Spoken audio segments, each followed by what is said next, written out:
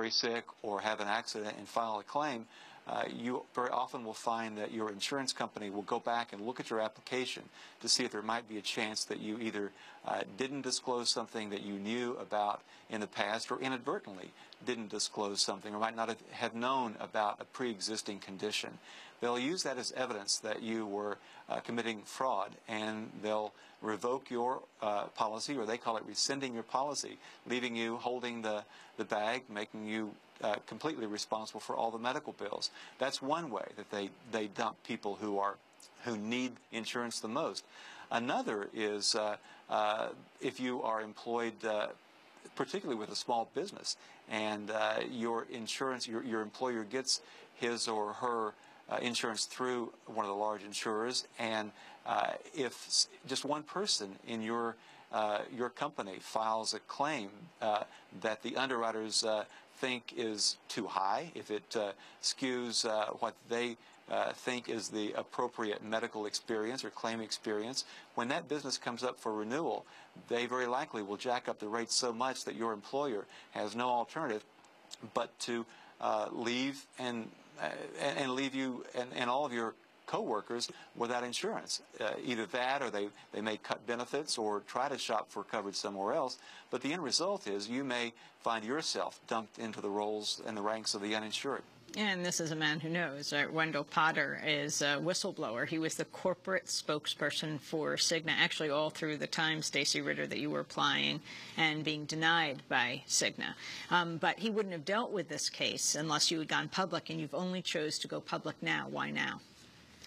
Well, when you're going through this and you're in the day-to-day, you do everything you can to get through the day.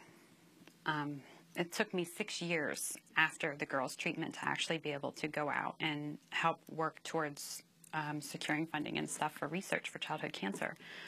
It takes a while for a family who is being affected by medical problems to have the opportunity to leave their family for a little while to go try to help fix the situation.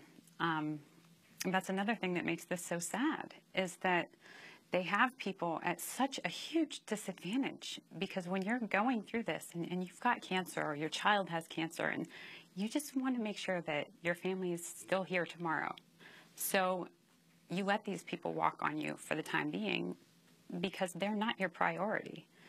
It's not till the aftermath of everything. It was a year after the girls were out of transplant that we filed for bankruptcy. And nobody has time to deal with that when they're sick. You filed for bankruptcy when actually you were getting Aetna insurance, right, and they were approving the coverage. Correct. Yep. We actually started out with pretty decent coverage from Aetna initially, when Aetna used to be Aetna U.S. Healthcare. And then Aetna and U.S. Healthcare somehow split and became just Aetna Corporation, and it all went downhill from there as far as Aetna is concerned. But when you're talking premiums, things that aren't covered, caps on your coverage, deductibles, you've got co-pays, you've got different things, different prices that you pay for different medicines and the different formularies, and they nickel and dime you to death, and it all adds up. And when your husband, my husband had to stop working because I was pregnant at the time, and we had a 1-year-old, and between going back and forth from the hospital and somebody watching our son, we really didn't have another, option than for him to stop working. So we had no real income coming in, and we were paying COBRA payments in order to maintain our insurance for my husband, myself, and my son, which was, $715 a month for 7 months, on top of it, all the other bills, on top of, a lack of income. You go bankrupt. In fact, you're not alone.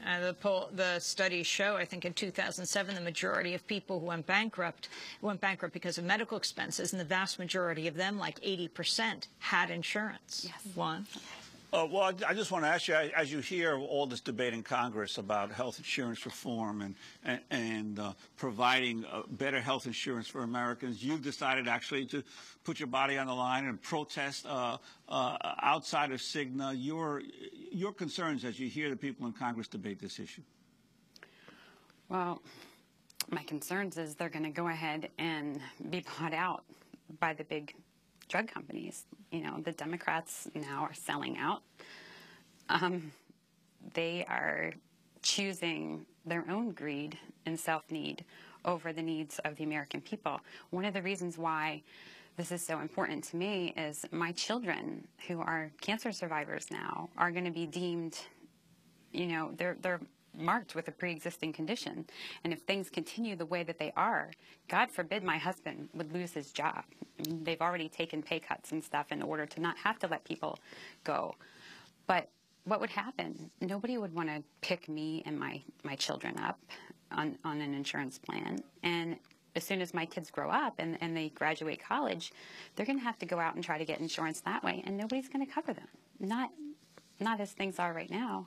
And I know how slow things work, so we've got to change this, and we've got to change this now in order for children who are 11 years old to be able to access the health care and the need, you know, to take care of their health needs as adults.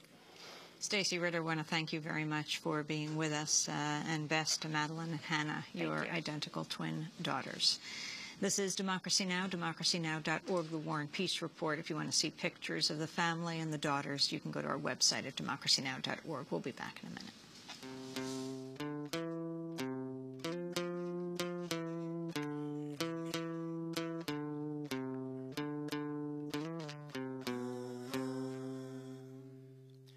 When I get older, I will be stronger.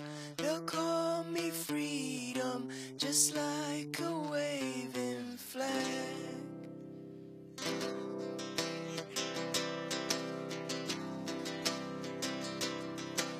Born to a throne, stronger than Rome, but violent prone, poor people's zone. But it's my home, all I have known, where I got grown. Streets we would roam, out of the darkness I came the farthest, among the hardest survival. Learn from these streets, it can be bleak, accept no defeat, surrender, retreat. So we struggling, fighting to eat, and we wondering when we'll be free. So we patiently wait for that fateful day. It's not far away, but for now we say, when I get older, I will be stronger. They'll call me freedom, just like a waving flag. And then it goes back, and then it goes back, and then it goes back. Kanan singing Waving Flag, which has been chosen as the anthem of the World Cup. This is Democracy Now!, democracynow.org, the War and Peace Report. I'm Amy Goodman with Juan Gonzalez. Juan?